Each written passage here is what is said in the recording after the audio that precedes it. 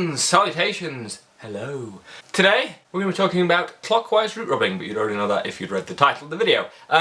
What is clockwise root rubbing? Well, when you've got dreadlocks and you're unhappy with how much loose hair there is between the dread and your scalp, some people like to use a method called clockwise root rubbing. Now, the first question that I always get asked when clockwise root rubbing comes up is, why is it called clockwise root rubbing? Why is it not just called root rubbing? It makes zero difference whether you rub clockwise or anti-clockwise, so I'm not entirely sure why it's called clockwise root rubbing. I believe that it's just called that to sort of inform you that it goes in a circle, but I don't know why you couldn't just call it circular root rubbing. Anyway, what it is you get your dreadlock, and between your thumb and your forefinger, so your thumb and your first finger, you pinch the dreadlock right where it's starting to dread, and then you push it against your scalp and then rotate it.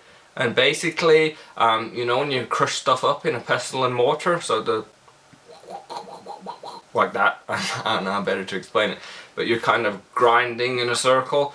That is really the sort of motion you're using, and as you rub it round and round, hopefully you're going to be tangling up some of that loose length there. Some people find it more useful than others.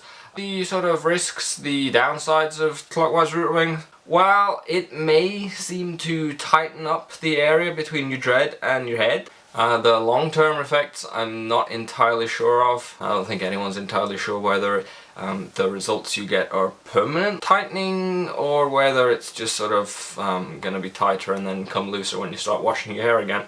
But the sort of real problem with it is you're rubbing against your roots. Any sort of action done to the roots can risk breaking hairs at the roots, and you only need to break a few hairs at a time, and then over time eventually you can find that the roots are then thinner than the rest of the dread, and you really don't want thinning roots. Another downside is you can actually end up with more frizz than you started with. If you are breaking off little bits of hair in doing the root rubbing, you can end up with a sort of frizz coming out around where it's been root rubbed, so you might have made a little bit of difference here and ended up with slightly less loose hair between your scalp and your dread, but you've ended up with a sort of little cloud of loose hair around it. And also you can end up with a sore scalp from continuously rubbing against your head. So that's clockwise root rubbing, or anti-clockwise root rubbing, or circular rubbing of the dreads. It's just basically introducing a bit of friction to your head and kind of emulating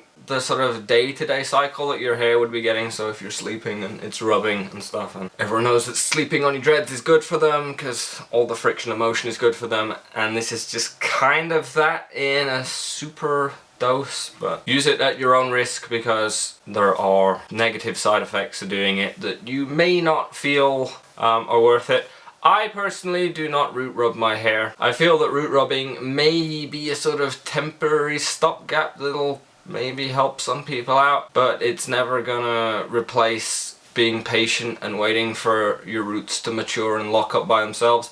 And you know, once they've matured and started to lock up by themselves, they're good for life. They aren't going to grow out by themselves anymore, so I'm not sure personally whether it's worth risking damaging roots for maybe just a sort of temporary stopgap. And root rubbing isn't even going to work for most people. I think there's only a really sort of smallish window where root rubbing is going to be helpful. When you have really young dreads, you're just going to have too much loose hair length to effectively root rub, because you'd have to make huge circles to rub that. At the beginning you have too much loose length, and then once you're in the sort of window where there's enough or not too much loose hair to root rub, it might just be worth, you know, holding out and waiting for them to mature rather than risking those roots and ending up with excess frizz. Those are my thoughts on root rubbing. If you have any thoughts, experiences, positive or negative with root rubbing, let me know in the comments section. If you have any comments, queries, questions for me about dreadlocks, root rubbing, anything in general, send them my way in the comment section. You can tweet me at twitter.com/lazy_dreads. You can find all the videos on lazydreads.com.